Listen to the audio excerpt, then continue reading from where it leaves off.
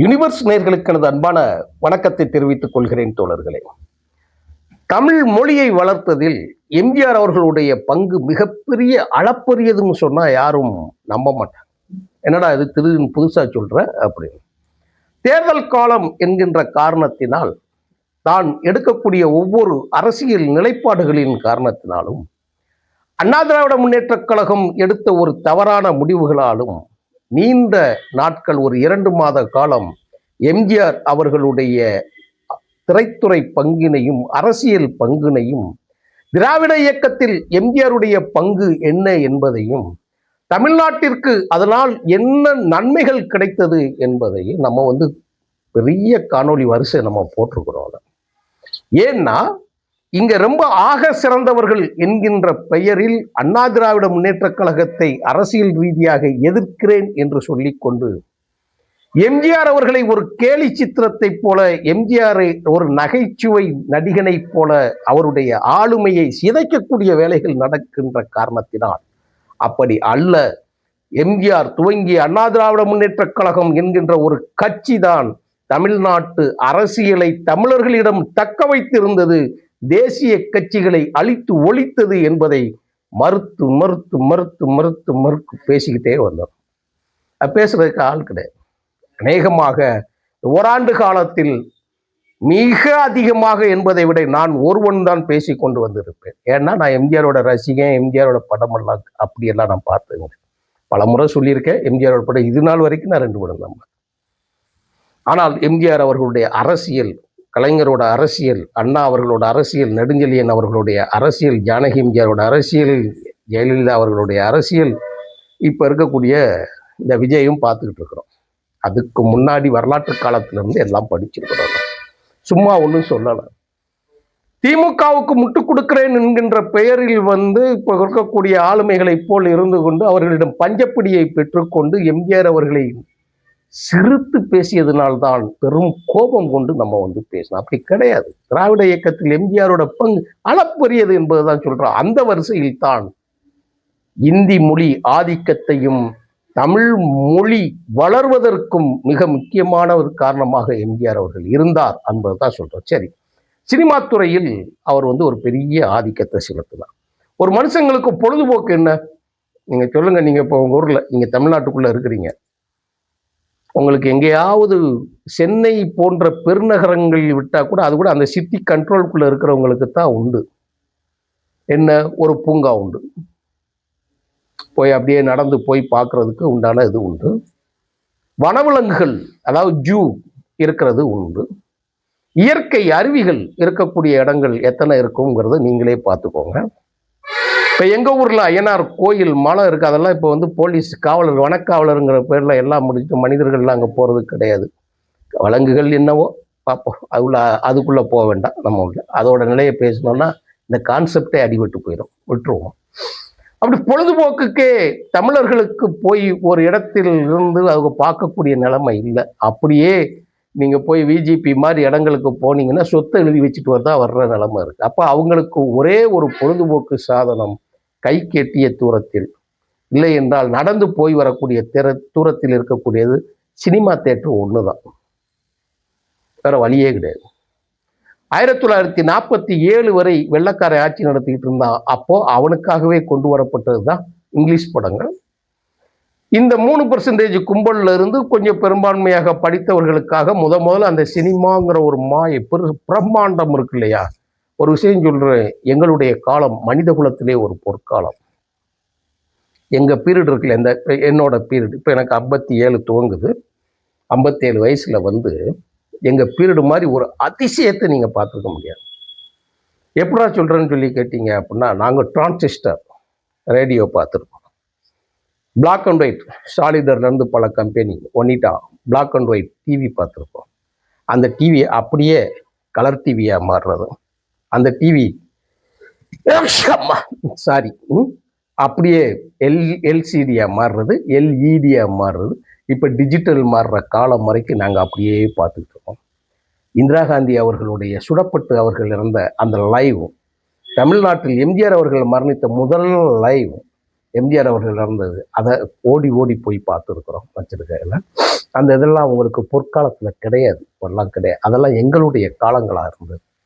அப்படி சினிமா ஒன்றே பொழுதுபோக்காக இருக்கக்கூடிய நேரத்தில் வந்து மிகப்பெரிய மொழி புரியாத மக்கள் வந்து அப்போ இங்கிலீஷ் படம் பார்க்க முடியாது. அப்போ நீங்கள் என்ன செய்யணும், நேரடியாக ஒரு ஆட்டம் பாட்டம் கொண்டாட்டம்ங்கிற மாதிரி இருக்கிறதுல இசை, அதாவது ஒளி வடிவங்கள், இசை, மிகப்பெரிய தடித்த குரலில் வரக்கூடிய நீண்ட நெடிய பாடல்கள், இந்த ஏக்கு தோக்திங்கிற பாட்டு மாதிரி இந்தி பாடல்கள் பெரிய பேக்கப்பில் இருக்கோம். நீங்கள் அதெல்லாம் நாங்கள்லாம் இந்த பள்ளிக்கூட வயசுகளில் பார்த்தீங்கன்னா எங்கே பார்த்தாலும் சரி. அப்போ இந்தி படங்கள் ஒவ்வொரு வாரமும் எல்லா தேட்டர்களையும் ஓடக்கூடிய நிலைமைகளும் இருந்தது மூலம் என்ன ஆயிற்று என்று சொன்னால் ரொம்ப முக்கியமானதை சொல்கிறேன். ஏன் தமிழ்நாட்டில் வந்து திரைப்படங்களோட எண்ணிக்கை அதிகமாக இருக்கிறது, தேட்டர்கள் ஒரு 1000 தேட்டருக்கு மேலே இருக்குதா, 800 தேட்டர்கிட்ட இருக்கிறதா கணக்கு, நியர்பை 900. மலையாள மொழி தப்பிச்சிருக்கு, கன்னடம் ஏதோ உயிர் பெற்று இப்போத்தான் கொஞ்சம் வந்துகிட்டு இருக்கு, தெலுங்கு, வட இந்தியா ஃபுல்லாக இந்தி படம் தான். அந்த மாநில மொழிகளே அழியக்கூடிய நிலை வந்து விட்டது. இதை பேர் ஆபத்தை உணர்ந்த எம்ஜிஆர் அவர்கள் என்ன செய்கிறார்னா 1977 to 87 வரைக்கும், கடைசி வரைக்கும் அவர் இருக்கிறாரு. 87 வரைக்கும் அவர் முடிச்சுட்டு போகும்போது திரைப்பட தொழில் வளர்ச்சிக்காக அவர் வந்து திரையரங்குகளுக்கான வரி விலக்கை கொண்டு வர்றார். அந்த வரி விலக்குகளுக்கு வந்து என்ன சொல்கிறாரு அப்படின்னா, நீங்கள் குறைந்த தரமுள்ள ஒரு தேட்டர்களில் வந்து பொழுதுபோக்கு அம்சத்துக்கான அந்த டேக்ஸை குறைச்சிட்டாலே தேட்டர் கட்டணம் 50 பைசாலேருந்து ₹1, ₹2, ₹5 உச்சபட்ச கட்டணம் அப்படிங்கிற ஒரு இதை வந்து அவர் ஓப்பன் பண்ணி விடுறாரு. அது போக அவர் என்ன செஞ்சார் அப்படின்னு கேட்டிங்கன்னா, தமிழ் படங்கள் வந்துச்சு அப்படின்னா அந்த தமிழ் படங்கள் தேட்டரில் வந்து முதல் வாரங்கள், முதல் காட்சிகள் வந்து தமிழ் படங்கள் மட்டும்தான் போடணும். இந்தி படங்கள்லாம் போடவே கூடாது தேட்டர்லன்னு ஆணையே பிறப்பித்தார். அதாவது சட்டம் போல ஜிஓ வெளியிட்டார். அப்போ நீங்கள் முதல்ல வந்து தமிழ் திரைப்படங்கள் உள்ள நுழைஞ்சு தேட்டருக்குள்ள உள்ள வந்த பிறகு அப்போ நீங்கள் தெலுங்கு படங்களோ, நீங்கள் இந்தி படங்களோ, ஆங்கில படங்களோ நீங்கள் வந்து தொடர்ச்சியாக போடுவதற்கு வந்து இடம் கிடையாதுங்க. தேட்டருக்குள்ள வாய்ப்பு கிடையாது, கொடுக்க முடியாதுட்டாங்க தேட்டர் இதுகளில். அப்போது நீங்கள் இந்த நேரத்தில் வந்து அப்படியே மாறி அந்த இடத்துல வரும்போது என்ன ஆகுதுன்னா, அந்த பிளாக் அண்ட் ஒயிட் இருக்கு இல்லையா, கருப்பு வெள்ளை திரைப்படத்திலிருந்து அப்படியே கலருக்கும் மாறுது. அப்போ இசையோட ஒளி வடிவங்களும் அப்படியே மாறும்போது டெக்னாலஜியும் அப்படியே மாறுது. பிளாக் அண்ட் ஒயிட் வந்து கலருக்கு வருது. அப்போ அந்த பாட்டு இருக்கு இல்லையா, பாடல்களோட தரம் வருது. அப்போ அந்த பாடல் தரத்திற்கு ஏற்ப இசைக்கோர்ப்பு பணியை செய்யக்கூடிய இளையராஜா, சங்கர் கணேசை போன்றவர்கள், அது எந்த படங்கள்லாம் நடிச்சிருந்தாங்க, ஏகப்பட்ட இசை சங்கர் கணேச பாடல், இன்னும் முக்கியமான இந்த குரு சிஷ்யம் படத்துலலாம் அடிச்சிருப்பார் அந்த படம். அந்த மாதிரி ஆளுங்கள்லாம் உள்ள வந்து புதுசு புதுசாக நீங்கள் இந்த டி ராஜேந்தர் பார்த்தீங்கன்னா ஒரே லைன் இருக்கும். இவர் நம்ம எம்எஸ் விஸ்வநாதன் லைன்ல இருந்து அப்படியே டோட்டலாக அவுட்ஸ்டாண்டிங்காக நம்ம இளையராஜாவோட பாடல்கள் இருக்கும். அதுலேருந்து அப்படி போயிட்டீங்கன்னா அம்சலேகான்னு ஒருத்தர் இருப்பார். அந்த பாடல் பார்த்தீங்கன்னா புதிய வரிசைகளில் வரும். அப்போ கேட்கக்கூடிய இசையின் வடிவங்களும் மொழியின் வடிவங்களும் மாறின பிறகு இது வந்து அப்படியே அந்த தரம் கூடி இருக்கும்போது அந்த தேட்டரோட மொழியோட வடிவத்தையும் தமிழுக்குள்ள ரெனியூவல் பண்ணிக்கிட்டே, ரீயூனிட் பண்ணிக்கிட்டே வர்றாங்க. டெக்னாலஜியும் மாற்றிக்கிட்டே வராங்க. அப்போ இதுக்கும் நீ சொல்கிற தமிழ் வளர்ச்சிக்கு என்ன சம்மந்தம் இருக்குன்னு தானே கேட்குறீங்க.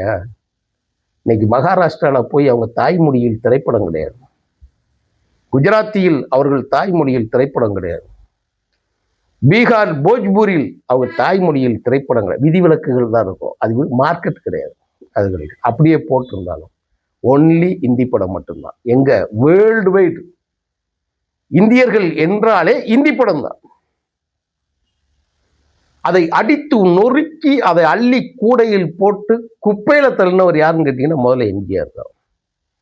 இதன் மூலமாக தமிழ் நிலைத்து நிற்பதற்கும் தமிழ் பாடல்கள் எங்கெங்கும் ஒலிப்பதற்கும் பல ஆயிரக்கணக்கான கோடிகளுக்கு உண்டான மார்க்கெட்டிங், அது வந்து திரைத்துறை சார்பாக மார்க்கெட்டிங், உலக அளவிலான வர்த்தகத்திற்கும் நீடித்து நிலைத்து நிற்பதற்கு எம்ஜிஆர் கொண்டு வந்த சட்டம் மிக முக்கியமான சட்டம்.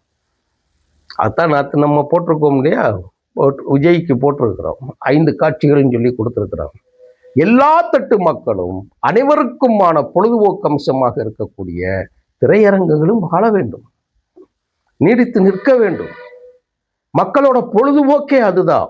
இல்லைன்னா கிறுக்கு பிடிச்சி அலைஞ்சிருவான் ரோட்டு வழி, வேற வழி கிடையாது. அவன் என்ன பொழுதுபோக்கு இருக்கு அவனுக்கு? நேரா போனா தேட்டர். இன்னைக்கு பாருங்க, அடிக்கிற வெயில்ல பாருங்க அப்படி கிடக்கும். இந்த வெயிலில் இருந்து தப்பிச்சுக்கிறதுக்காக இப்ப தேட்டருக்கு போகக்கூடிய நிலைமை வருது. இந்தியா அந்த காலத்துல தேட்டருக்குள்ள போறதே பெரிய கஷ்டம். 5 ரூபா 10 ரூபாய்க்கு வாய்ப்பு இல்லாம இன்னைக்கு 200 இன்னைக்கு 500 டிக்கெட்டுங்கிறான். அன்னைக்கு தேட்டருக்கு போற 200 டிக்கெட்டு. உள்ள ஒரு தண்ணி பாட்டில் இருக்குல்லங்க, ஒரு தண்ணி பாட்டில் 160 சென்னையில பில்லோட இருக்கேன். 160 டிக்கெட்டு உள்ள ஒரு படத்துக்கு.